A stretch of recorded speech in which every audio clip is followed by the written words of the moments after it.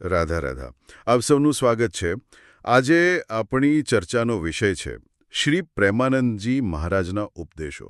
અને આ માટેનો આપણો આધાર છે ગુજરાતીTV.com પર સેવક માધવ જસાપરા દ્વારા પ્રકાશિત તારીખ 3 જાન્યુઆરી 2025નો એક સત્સંગસાર. આજે આપણે એ સમજવાનો પ્રયત્ન કરીશું કે જીવનની જે સામાન્ય સમસ્યાઓ હોય છે, બરાબર, જેમ કે હતાશા, અહંકાર, મનની ચંચળતા, આ બધા માટે મહારાજજી કેવા વ્યવહારુ અને આધ્યાત્મિક ઉકેલો આપે છે. ચાલો આને ઊંડાણપૂર્વક સમજીએ. તો શરૂઆત ત્યાંથી કરીએ જ્યાં ઘણા લોકો પોતાને અટવાયેલા અનુભવે છે. એક એવી સ્થિતિ જ્યાં કોઈ વ્યક્તિ નિરાશા અને ખરાબ આદતોથી સંપૂર્ણપણે હારી ગયો હોય, કોઈ રસ્તો જ ન દેખાતો હોય. આવી સ્થિતિમાં શું કરવું? મહારાજજી આનો જે ઉપાય બતાવે છે ને, એ તેની સાદગીમાં જ બહુ શક્તિશાળી છે. તેઓ કહે છે કે હારેલા માણસ માટે હરિનું નામ જ એકમાત્ર સહારો છે. કોઈ જટિલ ક્રિયાકાંડ નહીં, કોઈ મોટી ફિલોસોફી નહીં, બસ જ્યાં છો, જેવા છો ત્યાંથી રાધા રાધા નામનો જાપ શરૂ કરી દો. ઉઠતા, બેસતા, ચાલતા ફરતા, આ પહેલું પગલું છે. એટલે કોઈ લાંબા પોળા નિયમો નહીં, બસ શરૂઆત કરો. પણ આમાં જે શારીરિક ઉપાયની વાત છે એ મને ખરેખર બહુ રસપ્રદ લાગી. એવું નથી કે માત્ર માનસિક કે આધ્યાત્મિક રીતે જ કામ કરવાનું છે. બિલકુલ, આ એક સંપૂર્ણ અભિગમ છે. તેઓ કહે છે કે રોજે 15-20 મિનિટ કસરત કરો અથવા તો 2-3 કિલોમીટર દોડો. અને એ શા માટે? કારણ કે શારીરિક શ્રમથી મગજમાં સકારાત્મક રસાયણો ઉત્પન્ન થાય છે, મગજ તાજું થાય છે, અને પેલું જે નકારાત્મક વિચારોનું વાદળ છવાયેલું હોય ને, તે વિખેરાવા લાગે છે. એની સાથે જ ખોરાક અને ઇન્દ્રિયો પર નિયંત્રણની વાત પણ છે. ખોટું ભોજન અને મોબાઈલ પર અયોગ્ય દૃશ્યો જોવાનું બંધ કરો. સાચી વાત છે. કારણ કે આપણે જે અંદર નાખીએ છીએ તે જ આપણા વિચારો અને વર્તન બનીને બહાર આવે છે, ખરું ને? બરાબર. અને આ બધાની સાથે પેલું જે વિચાર છે કે જો તમે 100 વાર હાર્યા હોવ તો 101મી વાર જીતવાનો પ્રયત્ન કરો, આ કોઈ સામાન્ય મોટિવેશનલ વાત નથી. તેની પાછળનું તર્ક એ છે કે તમે ભગવાનના અંશ છો. આ વાત આખી પરિસ્થિતિને જ બદલી નાખે છે. એકદમ સાચું. એ આપણને યાદ અપાવે છે કે આપણી અંદર એક દૈવી શક્તિનો સ્ત્રોત છે જે ક્યારે હારતો નથી. આ વિચાર જ મનોબળને અકલ્પનીય રીતે મજબૂત કરે છે. એટલે કે તમે નિષ્ફળ નથી, તમારો એક પ્રયત્ન નિષ્ફળ થયો છે. હા, અને જ્યાં સુધી તમે ભગવાનના અંશ છો ત્યાં સુધી ફરી પ્રયત્ન કરવાનો અધિકાર અને શક્તિ તમારી પાસે હંમેશા છે. પણ એ એક વિરોધાભાસ જેવું લાગે છે. તમે હાર માનીને ભગવાનની શરણમાં જાઓ અને ત્યાં જ એક નવો દુશ્મન ઊભો થઈ જાય. હું શરણાગત છું એવો અહંકાર. નોઈડાના કૃષ્ણ અગ્રવાલજીનો જ આ સવાલ છે. એ કહે છે કે શરણાગત શબ્દ બોલવાથી અહંકાર ઓગળવાને બદલે વધુ મજબૂત થતો લાગે છે. હા, અને આધ્યાત્મિક માર્ગની આ એક મોટી મુશ્કેલી છે. અહંકાર નવા નવા રૂપ ધારણ કરી લે છે. મહારાજજીએ આ ગૂંચવણને ઉકેલવા માટે શરણાગતિના 3 તબક્કા સમજાવે છે. પહેલો છે વાચિક, એટલે કે મુખથી કહેવું, હે કૃષ્ણ, હું તમારી શરણમાં છું. બીજો છે શારીરિક, જેમાં આપણે આપણા બધા કર્મો ભગવાનને અર્પણ કરીએ. અને ત્રીજો, જે સૌથી ઊંડો તબક્કો છે, એ છે માનસિક. માનસિક એટલે? જ્યાં મન સંપૂર્ણપણે ભગવાનમાં લાગી જાય. ઓહ. તો શું લોકો ફક્ત પેલી વાચિક શરણાગતિ પર જ અટકી જાય છે? શું એ જ ધાર્મિક અહંકારનું મૂળ છે? બરાબર, એ જ મુદ્દો છે. અને એટલે જ મહારાજજી તરત જ સૌથી મહત્વની વાત પર આવે છે. આચરણ સુધારવું. શબ્દોથી કંઈ નહીં થાય. એમણે જે ઉદાહરણ આપ્યું છે ને, એ સીધું હૃદયમાં ઉતરી જાય એવું છે. જેમ આપણે જાણી જોઈને ઝેરવાળી ખીર નથી ખાતા, કારણ કે ખબર છે કે તે મૃત્યુ આપશે.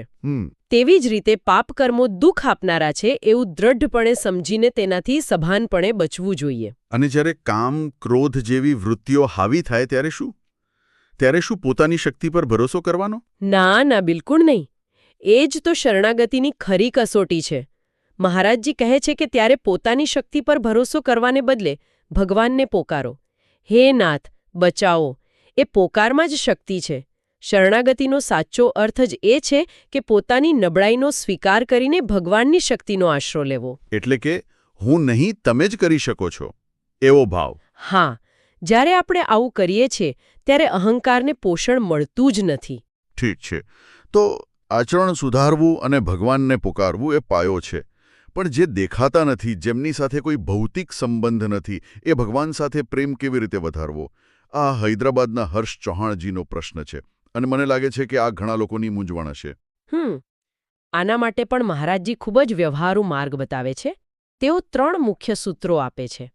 પહેલું, દૃઢ વિશ્વાસ રાખો કે ભગવાન આપણા હૃદયમાં જ બિરાજમાન છે અને આપણી દરેક વાત સાંભળે છે. આ વિશ્વાસ જ સંબંધનો પાયો છે. જો કોઈ સાંભળે છે એવી ખાતરી હોય તો જ સંવાદ શરૂ થાય. બરાબર. અને બીજું, ભક્તો અને ભગવાનના ચરિત્રો અને કથાઓ સાંભળો. આનાથી શું થાય છે કે જ્યારે આપણે ભગવાનની લીલાઓ, તેમની કરુણા વિશે સાંભળીએ છીએ, ત્યારે આપણા હૃદયમાં તેમના પ્રત્યે સ્વાભાવિક રીતે આકર્ષણ અને પ્રેમ જાગૃત થાય છે. અને ત્રીજું, જે મને લાગે છે કે દરેક ઉપદેશના કેન્દ્રમાં છે, તે છે નામ જપ. પણ અહીં એક મહત્વનો શબ્દ છે પરહેઝ. એટલે એમ કે પ્રેમ કરવાનો નથી, પણ યોગ્ય વાતાવરણ બનાવવાનું છે જેથી પ્રેમ થાય. એકદમ. આ જ રહસ્ય છે. મહારાજજી સ્પષ્ટ કહે છે કે આપણે પ્રેમ ઉત્પન્ન નથી કરી શકતા. આપણે ફક્ત આપણા હૃદયરૂપી પાત્રને સાફ કરી શકીએ છીએ. ગંદા આચરણ અને વ્યસનોથી પરહેજ રાખીને અને નામ જપ દ્વારા હૃદયને શુદ્ધ કરવાથી પ્રેમ અને આનંદનો અનુભવ આપોઆપ પ્રગટ થાય છે. ઓહ! જેમ જેમ નામ જપથી પાપ નષ્ટ થશે, તેમ તેમ હૃદય નિર્મળ થશે અને તેમાં ભગવાનનો પ્રેમ છલકાશે. ભગવાન પોતે જ ભક્તને પોતાની તરફ ખેંચશે. પણ આ રસ્તા પર ચાલતી વખતે જ્યારે કોઈ પ્રગતિ ન દેખાય ત્યારે શું? દિલ્હીથી રચનાજી પૂછે છે કે સાધનામાં પ્રગતિ ન થવાથી ખૂબ આત્મગ્લાનિ થાય છે. આ એક એવો ખાડો છે જેમાં સાધક ફસાઈ શકે છે. મહારાજજી અહીં આત્મગ્લાનિને એક નવા દૃષ્ટિકોણથી જોવાનું કહે છે.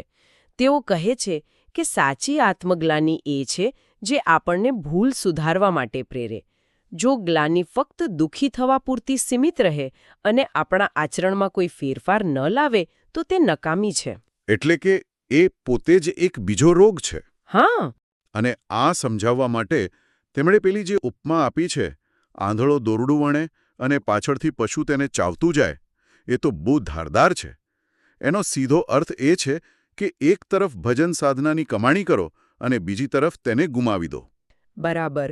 ભજનની કમાણી સાથે સાથે વપરાઈ જાય છે. પણ અહીં એક બીજો ઊંડો મુદ્દો પણ છે.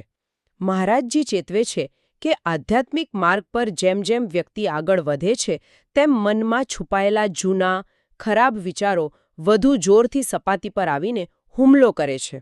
અચ્છા, તો પછી આ જે અંદરની બળતરા કે અશાંતિ છે, એ નિષ્ફળતાની નિશાની નથી, પણ કદાચ પ્રગતિની નિશાની છે. જાણે દવા કામ કરી રહી છે અને શરીરનો રોગ બહાર નીકળવા લડી રહ્યો છે. બરાબર. એ બળતરા સહન કરવી પડે છે.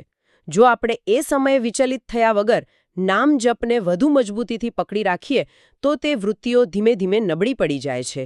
એટલે હાર માનવાની નથી, પણ સમજવાનું છે કે અંદર શુદ્ધિકરણની પ્રક્રિયા ચાલી રહી છે. હા, અને સાધના તથા સદાચારને વધુ દૃઢતાથી પકડી રાખવાના છે. આ બધી વાતો સાંભળીને કોઈ ગૃહસ્થને એમ લાગે કે આ બધું તો સાધુ સંતો માટે છે, મારા માટે નથી. રાજસ્થાનના વિનોદજી અને આયુષ્માન રઘુવંશીજીના પ્રશ્નો આ જ વિષય પર છે. ગૃહસ્થ જીવનમાં વૈરાગ્ય કેવી રીતે શક્ય છે? મહારાજજી આ બંને પ્રશ્નોના ખૂબ જ વ્યવહારુ જવાબ આપે છે. તેઓ સ્પષ્ટ કરે છે કે ગૃહસ્થ માટે વૈરાગ્યનો અર્થ ઘર પરિવાર છોડીને ભાગી જવું નથી. ગૃહસ્થ માટે વૈરાગ્ય એટલે વિવેક. વિવેક? હા. એટલે કે સાચા અને ખોટા, નિત્ય અને અનિત્ય વચ્ચેનો ભેદ સમજવાની બુદ્ધિ. સાચો વૈરાગ્ય એ છે કે ભોગની બધી વસ્તુઓ હાજર હોય, છતાં તમારું મન તેમાં આસક્ત ન થાય. પણ આ કૃષ્ણાર્પણમસ્તુ ભાવને વ્યવહારમાં કેવી રીતે લાવવો? શું એનો અર્થ એ છે કે વ્યક્તિએ પોતાની કારકિર્દી માટે મહેનત ન કરવી? આ એક મોટો પ્રશ્ન છે. ના, આનો અર્થ મહેનત ન કરવી એવો બિલકુલ નથી. કૃષ્ણાર્પણમસ્તુ ભાવનો અર્થ છે કર્મના ફળમાંથી આસક્તિ દૂર કરવી. તમે તમારી બધી જ ફરજો પૂરી નિષ્ઠાથી બજાવો, પણ તેનું પરિણામ ભગવાન પર છોડી દો. આ બધું મારું નથી, ભગવાનનું છે, એવા ભાવથી કર્મ કરવું. એને સફળતાનો અહંકાર અને નિષ્ફળતાની નિરાશા બંનેથી બચી શકાય છે. બિલકુલ. અને સાંસારિક તથા આધ્યાત્મિક ઉન્નતિની તુલના વિશે શું? લોકો ઘણીવાર ભૌતિક સફળતાને જીવનનું લક્ષ્ય માની લે છે. મહારાજજી બહુ સ્પષ્ટ રીતે સમજાવે છે કે ધન સંપત્તિમાં સાચું અને સ્થાયી સુખ નથી. તેમણે સવાલ પૂછ્યો છે કે જો તમને પૈસાથી ભરેલા ઓરડામાં બંધ કરી દેવામાં આવે તો શું તમને સુખ મળશે? નહીં. સુખ તો મનની શાંતિમાં છે. આ સંસારનો વૈભવ ક્ષણિક છે.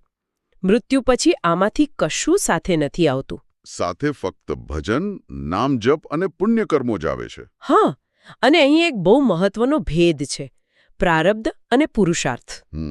લૌકિક ઉન્નતિ એટલે કે ધન દૌલત મોટે ભાગે આપણા પ્રારબ્ધ મુજબ મળે છે, પણ આધ્યાત્મિક ઉન્નતિ સંપૂર્ણપણે આપણા આ જન્મના પુરુષાર્થ પર નિર્ભર છે. ખાસ કરીને નામ જપ અને સદાચાર પર. બરાબર. અને એ ઉન્નતિ કોઈ પણ સાંસારિક ઉન્નતિ કરતાં અનંત ગણી શ્રેષ્ઠ છે. તો આ બધી ચર્ચાનો સાર એ છે કે ભગવાનના નામમાં અપાર શક્તિ છે. ભગતે જીવનની શૂન્ય જેવી સ્થિતિ હોય, આધ્યાત્મિક અહંકાર હોય કે સાધનામાં આવતા અવરોધો હોય, નામ જપ એ દરેક સમસ્યાનો આધાર અને ઉકેલ છે. પણ શરત એટલી જ છે કે તેની સાથે શુદ્ધ આચરણ અને દ્રઢ મનોબળ અત્યંત જરૂરી છે. હા, ભજન અને પરહેજ આ બંને પાંખોથી જ આધ્યાત્મિક ઉડાન શક્ય બને છે.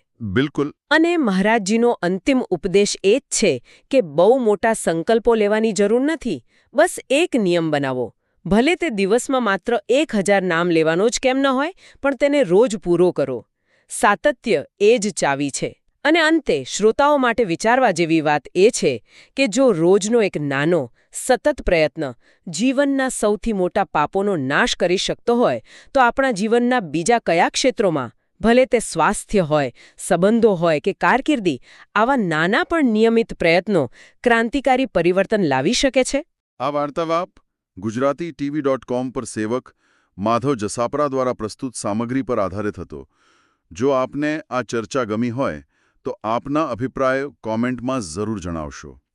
અને આવા જ ઊંડાણપૂર્વકના વિશ્લેષણ માટે ગુજરાતીTV.com ને લાઇક, મિત્રો સાથે શેર અને સબસ્ક્રાઇબ કરવાનું ચૂકશો નહીં. રાધા રાધા.